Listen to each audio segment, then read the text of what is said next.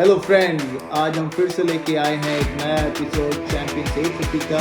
मैं हूं पीडी और मेरे साथ है एमजे।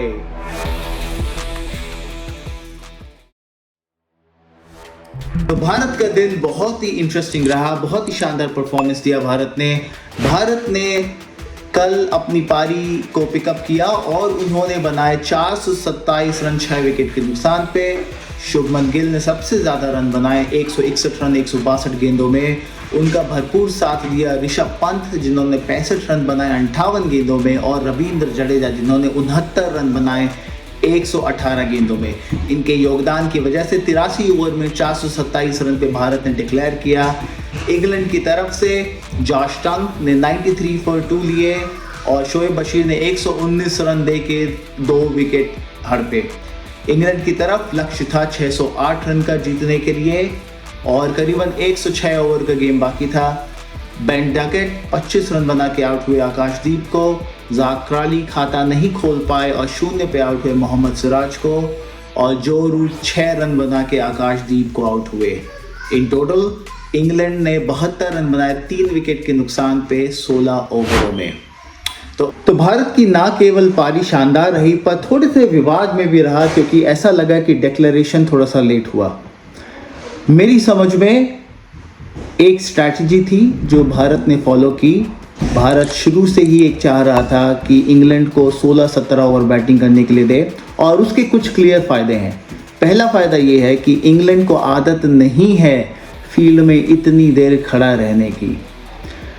भारतीय टीम ने उनके प्लेयर्स, उनके ओपनिंग बल्लेबाजों को मजबूर किया फील्ड में ज़्यादा से ज़्यादा देर खड़ा रहने के लिए। जब आप एक ओपनिंग बैट्समैन हैं और आप सोच रहे हैं कि डिक्लेरेशन आने वाला है, तो आप ऑलरेडी मेंटली प्रिपेयर होने लगते हैं बैटिंग के लिए।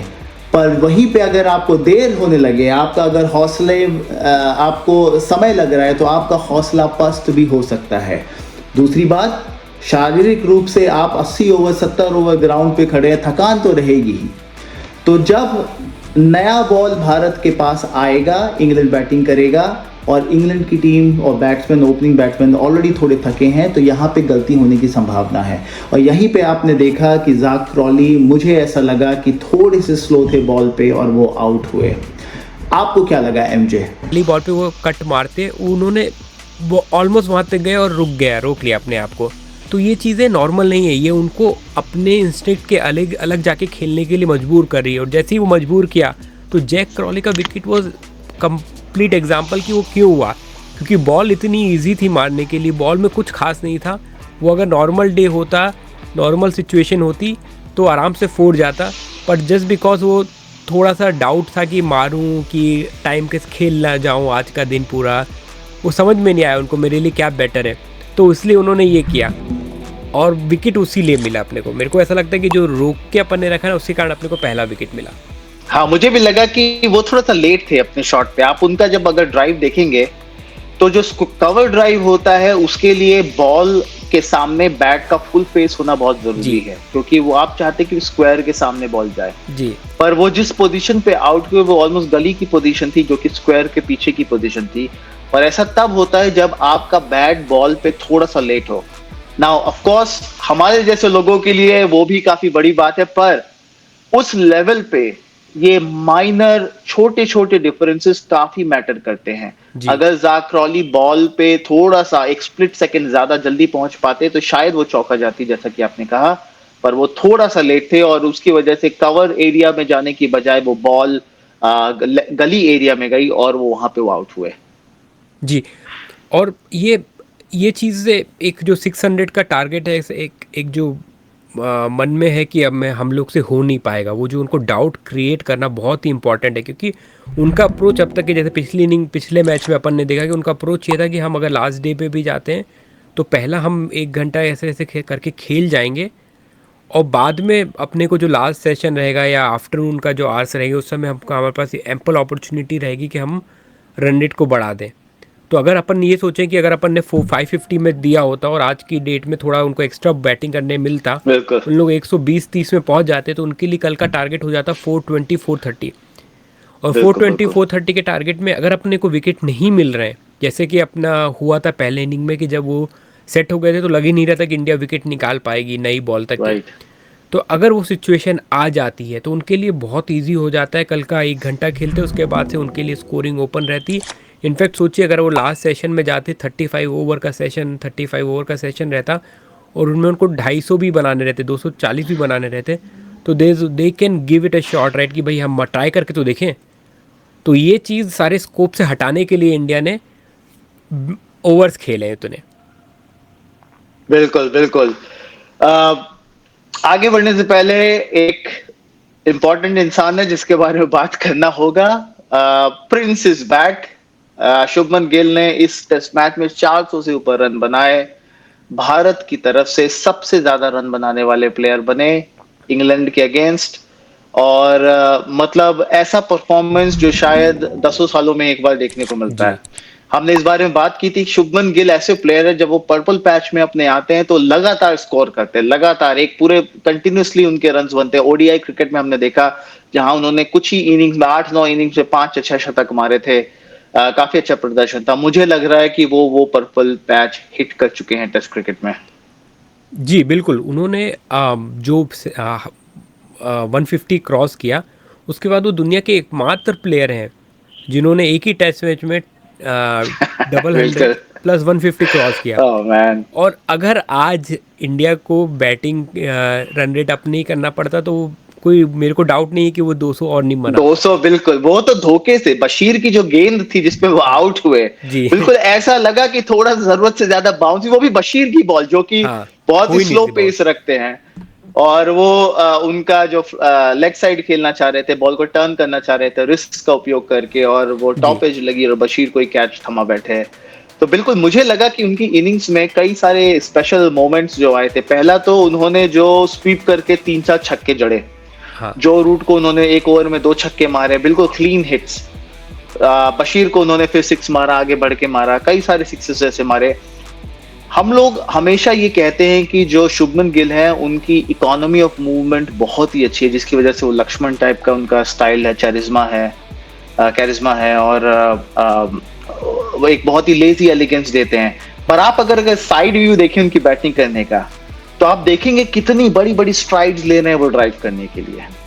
आप देखेंगे कि वो फ्लिक करने के लिए भी कैसे बेहतरीन पोजीशन में आ रहे हैं बॉल के लिए। अगर आप उनका साइड व्यू देखें तो ऐसा नहीं है कि वो स्ट्राइड नहीं लेते हैं या वो आगे नहीं बढ़ते, पर जस्ट उनकी मूवमेंट इतनी कम होती है, उनका बहुत ही छोटा सा ट्रिगर मूवमेंट है और वो पूरा शॉट बिल्कुल एक लय में खेलते, एक ही मूवमेंट में खेलते हैं कि फ्रंट एंगल से वो कैप्चर नहीं हो पाता और आपको वो लगता है कि ये प्लेयर मतलब इसके पास क्या अमेजिंग लेजी एलिगेंस है एक तरह से। तो मुझे वो चीज बहुत ही अच्छी लगी उनकी इनिंग्स की, और साथ में ये अपॉर्चुनिटी बहुत अच्छी लगी कि कैसे उनकी इनिंग्स का उन्होंने बार बार साइड व्यू दिखा रहे थे टेलीकास्ट में, और हम सबको देखने को मिला कि कैसे उनका फुटवर्क है जो बॉल तक पहुंच रहा है और फिर वो रन्स बना रहे हैं। देखिए जब वो बैटिंग करने आए तब सिचुएशन ज़्यादा अच्छी नहीं थी, मतलब बॉल काफ़ी कुछ कर रही थी। इनफैक्ट मैं यहाँ पे कार्स के बारे में बोलना चाहूँगा कि कार्स ने आज बहुत ही शानदार बॉलिंग की। जो मॉर्निंग का जो स्पेल था उनका पहला, बहुत ही शानदार स्पेल था। मेरे को तो काफ़ी डर लग रहा था इंडियन सपोर्टर होने के कारण, पर उस स्पेल में उन्होंने बहुत ही कॉम्प्रिहेंसिवली बीट किया करुण नायर को और केएल राहुल को, दोनों को रैटल कर दिया था कि भाई उनको समझ में नहीं आ रहा था कि करें तो करें क्या, मतलब उनके मन में एक डाउट क्रिएट कर दिया था। उनको बाउंसर्स के थ्रू उनको सॉफन अप करके बोलते हैं ना जो विकेट निकालते हैं, वो एग्जैक्टली उनके केस में हुआ था। करुण नायर के केस में उनको बॉल हेलमेट में आके पड़ी थी, फिर फाइनली वो जाके उनको अनकम्फर्ट दिख रहा था, फिर इजी बॉल थोड़ी आगे पिच में मिली, 4 मारा, उनको लगा कि मैं कर सकता हूँ, नेक्स्ट बॉल और ज़्यादा आगे पिच खाई और वो बॉल से उनको विकेट मिल गया। कैचेस ड्रॉप हुए उनकी बॉल में या फिर स्लिप के बाजू से निकल गए, मतलब इट्स नॉट, बहुत ही अच्छी बॉलिंग कर रहे थे। दिन अगर उनका होता आज तो मेरे को सरप्राइज़ नहीं होता कि अगर वो पहले स्पेल में 3-4 विकेट निकाल जाते। उतनी अच्छी बॉलिंग की दिखाने के लिए भले ही ना हो। और केएल राहुल का विकेट भी जो था, इनको इवेंचुअली स्टोक्स और इनको फ़ायदा मिला, पर उनको भी उन्होंने ही डाउट में लाया था कि केएल राहुल अपने फ्लो में नहीं आ पाए थे उस समय तक के। बिल्कुल, कार्स की बॉलिंग मुझे बहुत अच्छी लगी और एफर्ट डाल रहे थे वो गेंद पे। तो कल आपको काफी थके हुए लगे थे, उसका काफी मुझे लगता है भारत को एडवांटेज मिला कल रात को, तेजी से रन बना केएल राहुल और यशस्वी जायसवाल ने। आज काश थोड़े से आए फ्रेश होके, भाई पैर वैर दबा के आए हैं, मालिश वालिश करवा के बिल्कुल आए थे जी। ऐसा लगा। और उन्होंने एफर्ट बॉल डाली, और यहाँ पे मुझे लगता है कि प्रसिद्ध कृष्णा को भी सीखना चाहिए हाँ कार्ड से, कि कैसे अगर आपके पक्ष में स्विंग नहीं हो रही, हालांकि कार्ड स्विंग कराते, दोनों डायरेक्शन में स्विंग कराते, और वो बॉल को सीम से भी स्विंग कराते हैं और साथ में वो बॉल को रोटेट करके भी फेंकते हैं, तो उसकी वजह से गेंद अंदर भी आती है। तो आप तो कैसे प्रसिद्ध कृष्णा को सीखना चाहिए, और हमारे कई बॉलर्स को सीखना चाहिए कि कैसे एफर्ट डालें। आपको अगर रिजल्ट नहीं मिल रहा है तो आप चैनल पे गेंद रखिए और दम लगाए, पीठ की ताकत लगाए, और बाउंस अगर आपको ठीक मिलेगा तो बैट्समैन को दिक्कत होगी आपको खेलने में।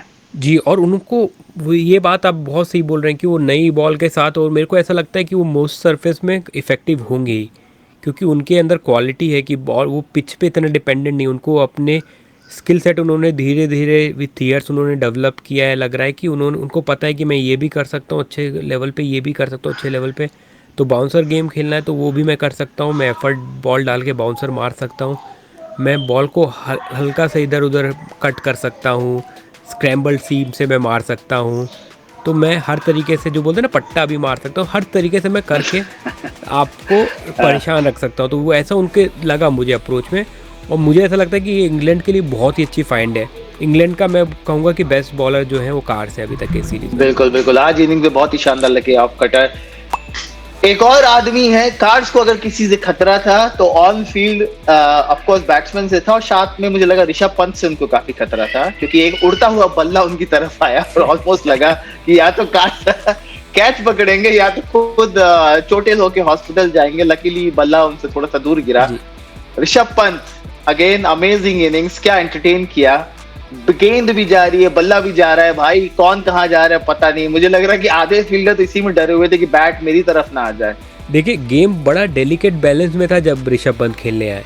गेम ऐसा एंटायरली इंडिया की तरफ नहीं था, वो 2 विकेट निकले थे और बॉल मूव हो रही थी, तो सिचुएशन इजी नहीं थी। बॉलर थोड़े से टॉप में थे, उनको लग रहा था कि हम लोग अभी 2-4 विकेट लेके इनको कंट्रोल में लग सकते हैं, उस टाइप का जा रहा था गेम। पर ऋषभ पंत आए तो उन्होंने काउंटर अटैकिंग की जो इनिंग खेली है, शुभमन गिल से पहले जो ओपन हुए वो ये हुए, उन्होंने थोड़ा बैकफुट में डाला, उन्होंने सेटल नहीं होने दिया बॉलर को। और एक और चीज़ की ऋषभ पंत ने स्टार्टिंग में, एटलीस्ट जब तक कि वो आउट नहीं हुए ऐसा, तब तक कि उन्होंने बहुत ट्राई किया कि जब भी वो ऐसे अपने लॉफ्टेड शॉट मार रहे थे तो वो ये नहीं कर रहे थे कि मैं बाउंड्री पे प्लेयर को बीट करूँगा। उनका थॉट प्रोसेस था कि मैं उठा के मारूं, पर उस साइड पे मारूं जहाँ पे फील्डर नहीं है। तो उन्होंने हल्का सा सटल मूव चेंज किया, उन्होंने देखा कौन सी बॉल पे मारना है, किधर मारना है, उन्होंने अपने एरियाज फिक्स किए कि मेरे को इस एरिया में अगर आएगी बॉल तो ही मारना है मुझे। तो उससे काफ़ी फ़ायदा मिला। उन लोग ही नॉट गोइंग कि जो पहले इनिंग में आउट हुए थे कि भाई तू लगा बाउंड्री में, मैं तेरे को बाउंड्री क्रॉस करके दिखाता हूँ। तो वो चीज़ का काफ़ी फ़ायदा हुआ, 60-65 में पहुँचे। इनफैक्ट जो आउट भी हुए वो भी ऐसे आउट हुए कि बॉल बैट इधर चला गया और लग के चला गया, नहीं तो वो हो सकता था कि वो बॉल भी 6 के पार ही जाता। बिल्कुल। मुझे लगा टंग ने भी स्पेल में थोड़े बहुत अच्छे बॉल डाले। केएल राहुल को उन्होंने बोल्ड किया था, जो बॉल एंगल से गिरी थी और स्ट्रेटन हुई थी, और ऐसा ही कुछ देखने को मिला जब भारत की बॉलिंग चालू हुई। उसके बारे में बात करते हैं। आकाशदीप, हम लोगों ने कितनी बार उनके विषय में बात की। हम लोगों ने कहा कि उनके पास जो क्वालिटी है वो सीम पे बाउंस कराते हैं बॉल को, उनका सीम का कंट्रोल बहुत अच्छा है, और आज क्या लाजवाब फिर से उनकी बॉलिंग देखने को मिली। वो मतलब पूरे टेस्ट मैच में, इस टेस्ट मैच में बेस्ट बॉलर थे वो आकाशदीप थे, विथआउट एनी डाउट, क्योंकि उन्होंने जितने भी स्पेल किया है, इनफैक्ट न्यू बॉल के साथ मैं बोलूँगा अभी आज की डेट में one of the best bowler हैं वो है आकाशदीप, क्योंकि उन्होंने जितने भी स्पेल्स अब तक के न्यू बॉल से किए हैं उस पर उनका कंट्रोल भी अच्छा रहता है न्यू बॉल पे, साथ में उनका वो सेम एक्शन से वो हल्का सा इन हल्का सा आउट करते हैं। कभी वो इजी लगता है देखने में, पर ऐसा होता नहीं है। जब आप मेंटली आप आउट स्विंग जाते तो आपका हाथ थोड़ा सा चेंज हो जाता है, मूवमेंट इन स्विंग में अंदर आता है, पर उन्होंने अपना सेम आर्म मूवमेंट पे बॉल को हल्का सा डेविएट कराते हैं दोनों साइड पे, तो उससे बहुत फ़र्क पड़ता है, स्विंग भी मिलती है उनको। और एक और इम्पॉर्टेंट चीज़ जो वो बहुत ज़्यादा यूज़ करते हैं बुमराह जैसे, वो है कि वो पिच को बहुत यूज़ करते हैं। आप उनके देखोगे ना, जो उनका जो बॉल का पूरा देखोगे कि कितनी बॉलें डाली उन्होंने, तो देखोगे एक अच्छा खासा स्प्रेड है जहाँ पे वो middle of the pitch, middle of the crease से वो towards the wide side of the crease, वो इस पूरे एरिया में वो ऑपरेट करते रहते हैं, वो अपने आप को मूव करते हैं। उससे क्या होता है कि वो बॉल जो अब तक के जो उसको एक बैट्समैन को आदत पड़ जाती है कि इधर से आके बॉल ऐसे जाएगी, और फिर वो सर्टनली तो बाहर से वो बॉल उसी बॉल को डालते हैं, तो वो जजमेंट रॉन्ग होता है, जैसे कि जो रूट के केस में हुआ। वो काफ़ी वाइड ऑफ द क्रीज जाके उन्होंने बॉल डाली थी वो, और बॉल ने कुछ ज़्यादा नहीं किया, वो बॉल सीधी हुई बहुत ही, पर वो इसलिए ओपन अप हो गए क्योंकि अब तक के वो उनको जो बॉलिंग खिला रहे थे उससे उनको लग रहा था कि वो बॉल इस तरीके से बिहेव करेगी कि वो अंदर की तरफ आएगी इतना, पर वो इस बार उन्होंने एफर्ट बॉल डाली, वाइडर ऑफ द क्रीज डाली, एंगल बनाया, वो एंगल के कारण और उसको लगा कि ये तो मैं फ्लिक छका के विकेट लिया, हाँ। जिसे कहते हैं। और वो भाई मतलब हेड्स ऑफ, बंदे ने बहुत ही अच्छी बॉलिंग की, उसने ना चारों बैट्समैन को ट्रबल किया। चाहे वो जैक क्रॉली के साथ स्टार्ट किया हो तो उसको भी लग नहीं रहा था करूँ क्या करूँ, मारूँ पहले ओवर में ही, ठीक है, वो जल्दी आउट हो गए। पर उसके बाद बेन डकेट को उन्होंने विकेट लिया, उससे पहले भी उन्होंने ऑलमोस्ट उनको आउट किया, तो बेन डकेट हो गए। उसके बाद उन्होंने जो रूट को किया, और ऑली पॉप को तो उन्होंने 2-3 बार पूरा स्क्वायर अप कर दिया था, जैसे पहले इनिंग में आउट हुए थे, बिल्कुल वैसा लग रहा था कि वैसे आउट हो जाएंगे, तो उन्होंने सारे बैट्समैन को ट्रबल किया अपनी न्यू बॉल से। बिल्कुल, मैं बेन डकेट के बारे में, विकेट के बारे में 2 चीजें बोलना चाहूंगा। बेन डकेट की जो 3 या 4 बॉलें थी, वो जो पर्टिकुलर ओवर था, वो ओवर फॉर द एजेस था ऑलमोस्ट। आप देखेंगे कि बेन डकेट के अगेंस्ट अपील हुई थी लेग बिफोर की, वो लेग बिफोर नहीं, कॉट बिहाइंड की हुई थी, और जो मुझे लग रहा है कि वो टर्न डाउन हो गई थी। उसके बाद उन्होंने एक अवे स्विंगर भेजी, बहुत ही हल्की सी अवे स्विंग हुई थी, आकाश ने बेन डकेट को भेजी, और बेन डकेट ने इजीली उसको पॉइंट बाउंड्री से करेस करके पुश करके 4 रन निकाले थे। अगली ही गेंद सेम, ऑलमोस्ट सेम जगह पिच हुई, सेम लेंथ, सेम लाइन, और वो बॉल जस्ट हल्का सी अंदर की तरफ आई, अगेन सीम पे बाउंस हुई, पर जो शाइनी सरफेस थी वो अलग दिशा में थी, गेंद अंदर की तरफ आई, और इस बार बेन डकेट की इनसाइड एज लेके विकेट पे गिरा। क्लासिक स्विंग बॉलिंग जिसे कहते हैं, उसका प्रदर्शन दिया, और ना केवल स्विंग बॉलिंग दिखाई, उन्होंने दिखाया दिमाग कैसे यूज करने। आपके पास स्किल है, पर क्या आपके पास वो ब्रेन पावर है यूज करने की, और कंसिस्टेंसी है। आप ग्लेन मैकग्रा की बात मैं बोलना चाहूंगा, ग्लेन मैकग्रा कुछ ऐसे ही उनका परफॉर्मेंस रहता था, वो एक जगह बॉल को फेंक के दोनों तरफ घुमा सकते थे। अगर मैंने ग्लेन मैकग्रा के बाद कोई ऐसा बॉलर देखा है तो वो मोहम्मद, आपके जो बैन हो गए थे पाकिस्तान के, शमी नहीं, जो ये क्या नाम है इसका, जो पाकिस्तान के एक बॉलर थे जो कि बैन हो गए थे, उनको मैंने देखा था, नाम उनका आसिफ, मोहम्मद आसिफ, बिल्कुल मोहम्मद आसिफ का बिल्कुल ऐसी कंट्रोल था। केविन पीटरसन के आप ओवर्स देख लें, कौन सी बॉल अंदर जा रही है, कौन सी बाहर जा रही है, बिल्कुल कोई हिसाब नहीं। जो रूट की बारे में भी आपने बहुत अमेजिंग बात बोली, वो ओवर उन्होंने क्रीज का क्या शानदार उपयोग किया, वाइड ऑफ द क्रीज गए बॉलिंग करने के लिए, नियर द स्टंप्स बॉलिंग करने के लिए गए, और जिस विकेट बॉल पे विकेट निकाला वो काफी वाइड ऑफ द क्रीज डाली हुई थी। जो रूट को लगा बॉल अंदर की तरफ आएगी, पर बाउंस करके वो स्ट्रेट इन हुई और परखच्चे उड़ गए स्टंप के। जी। तो बहुत ही मजेदार बॉलिंग थी। सिराज ने भी विकेट निकाला, पर हम अपने हाँ बोलिए।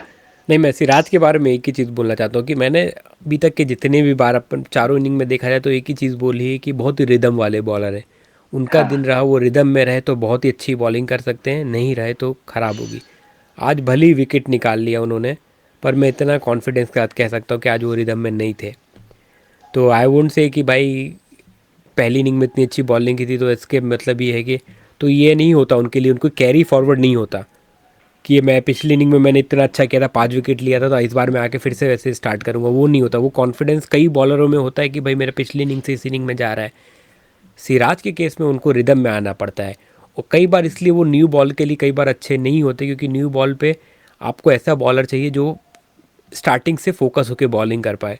और सिराज के केस में हमेशा ये रहता है कि अगर वो रिदम पे होंगे तो विकेट निकाल लेंगे, रिदम पे नहीं है तो नहीं निकाल पाएंगे। इसलिए आज जो उनकी बॉलिंग थी, भले ही उन्होंने विकेट निकाला, पर he was not up to the mark today. I hope कि वो बहुत ही जल्दी से कल अपने रिदम में बॉल करें और इंडिया को जीत दिलाएं। कॉन्फिडेंस की बात करें तो एक प्लेयर है जो ऐसा लगा कि बिल्कुल कॉन्फिडेंस के नाम में कुएं में गिरा हुआ है और चाहिए कि कोई रस्सी खींच के उनको बाहर निकाले, वो थे प्रसिद्ध कृष्णा। जी, समझ में ही नहीं आ रहा भाई बॉल कहाँ डालनी है। फर्स्ट इनिंग्स में आपने देखा पहला ही ओवर फालतू, बिल्कुल लेग स्टंप पे बॉल डाल रहा है, चौका जा रहा है, कोई समझ नहीं, कोई कोई समझा नहीं रहा है। आज दो चीजें देखने को मिली। पहला कि पहले ही ओवर में उन्होंने जान लगाई, और जान लगाई तो उसका फायदा मिला, उन्होंने चैनल पे बॉल डाली, बॉल ऑफ स्टंप के बाहर थी, बैट्समैन लगातार बीट हो रहे थे और पहला ही ओवर टाइट निकला। जी, विकेट ऑलमोस्ट आते आते बचा, दूसरा ओवर भी उनका टाइट गया और साथ में देखने को मिला सिराज कैसे उनका हौसला बढ़ा रहे थे फील्ड में, लॉन्ग ऑन की तरफ खड़े होकर, मिड ऑन की तरफ खड़े होके। जी। तो क्या ओपिनियन था आपका आज नहीं, प्रसिद्ध आज कृष्णा का परफॉर्मेंस के ऊपर? उनका उनकी बॉलिंग काफ़ी अच्छी थी, वो काफ़ी ज़्यादा फोकस्ड लगे मुझे। और उन्होंने अपना चैनल डिसाइड कर लिया कि इस जगह पे मेरे को बॉल डालनी है, राइट। अब मैं, कई लोग तो ये भी कह रहे थे कि पहले इनिंग में उनको गौतम गंभीर वगैरह कमेंटर्स यही बोल रहे थे कि उनको बोला गया कि भाई बाउंसर डालो, उन्होंने बाउंसर डाला और उनके खूब रन पड़े उनको। बट ये मैं आई कैन नॉट से कि भाई हाँ हुआ है, ऐसा नहीं हुआ, मैं वो सब मैं नहीं जानना चाहता। पर आज जो मैंने देखा कि वो अगर वो चाहें तो उनमें सारे क्वालिटीज़ हैं कि वो अच्छे बॉलर बन सकते हैं। आई वोंट से कि भाई टॉप 2 बॉलर बन जाए, बट उनमें क्वालिटीज़ हैं। वो उनके बॉल में मूवमेंट भी है हल्का, उनकी हाइट का उनको फ़ायदा मिलता है। उनको थोड़ा सा गेम में वर्क करने की ज़रूरत है, थोड़ा कंसंट्रेशन की ज़रूरत है, और मेरे ख्याल से उनको लंबे स्पेल्स डालने की ज़रूरत है, अपनी स्टॉक डिलीवरी क्रिएट करने की ज़रूरत है। ये 3-4 चीज़ों पे उन्होंने वर्क कर लिया, तो I don't see a reason कि वो क्यों इंडिया टीम के लिए अपना दावा नहीं रख सकते। आज बहुत अच्छी बॉलिंग करी थी इन्होंने 2 ओवर में।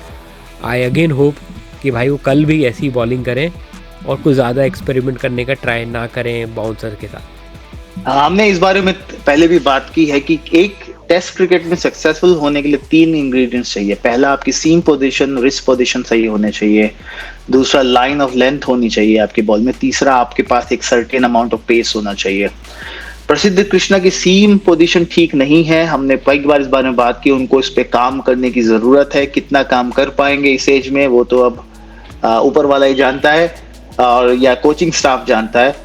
पर लाइन लेंथ और पेस दोनों में ही एफर्ट में उनका कंट्रोल है। और आज हमने देखने को मिला कि उन्होंने 135-140 की रफ्तार पे अपनी लाइन लेंथ सटीक रखी, ऑफ चैनल के बाहर एक कंसिस्टेंसी मेंटेन की, और उसका ऑलमोस्ट उनको परिणाम मिला। उनको ऑलमोस्ट उन्होंने 2 बार ऑलीपॉप को आउट किया। एक बार कॉट बिहाइंड हुए बॉल जस्ट बाउंस हुई ऋषभ पंत के सामने, दूसरा उनका इनसाइड एज लगी 4 रन गया था।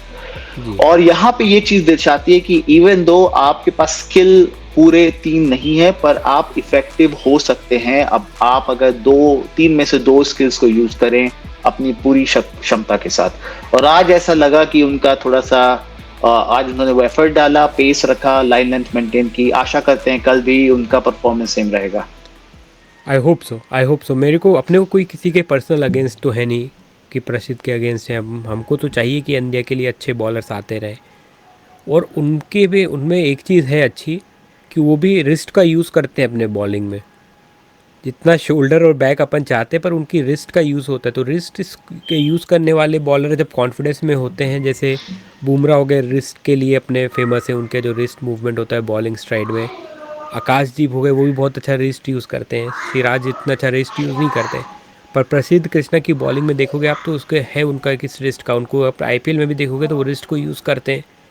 तो there is always scope for him to learn कि भाई हाँ मेरे पास इंग्रेडिएंट्स हैं, इनफ इंग्रेडिएंट्स हैं to be a successful bowler, not to be the world beater but to be a successful bowler. उनको वर्क करना चाहिए और होपफुली वो नेक्स्ट इनिंग उनके लिए क्रिटिकल है। ये इनिंग उनके लिए बहुत क्रिटिकल है। अगर वो इस इनिंग में नहीं परफॉर्म करे तो I don't see a way in the team for him next test. बिल्कुल बिल्कुल ठीक है। तो इसी बात पे आज की बात कंक्लूड करते हैं। कल इंडियन टीम को नया बॉल रहेगा, सेमी न्यू बॉल रहेगी। आकाशदीप और मोहम्मद सिराज ओपनिंग करेंगे। यही 3 बॉलर्स मुझे लगता है की होल्ड करते हैं, और बीच बीच में स्पिनर्स को कंट्रोल पे रखना पड़ेगा। 400 रन की पार्टनरशिप वो क्लियरली अलाउ नहीं कर सकते हैं इस विकेट पे। तो विद दैट बीइंग सेड, आज के लिए इतना ही कुछ। कल मिलते हैं। राम राम, शब खैर, गुड इवनिंग। थैंक यू दोस्तों, थैंक यू।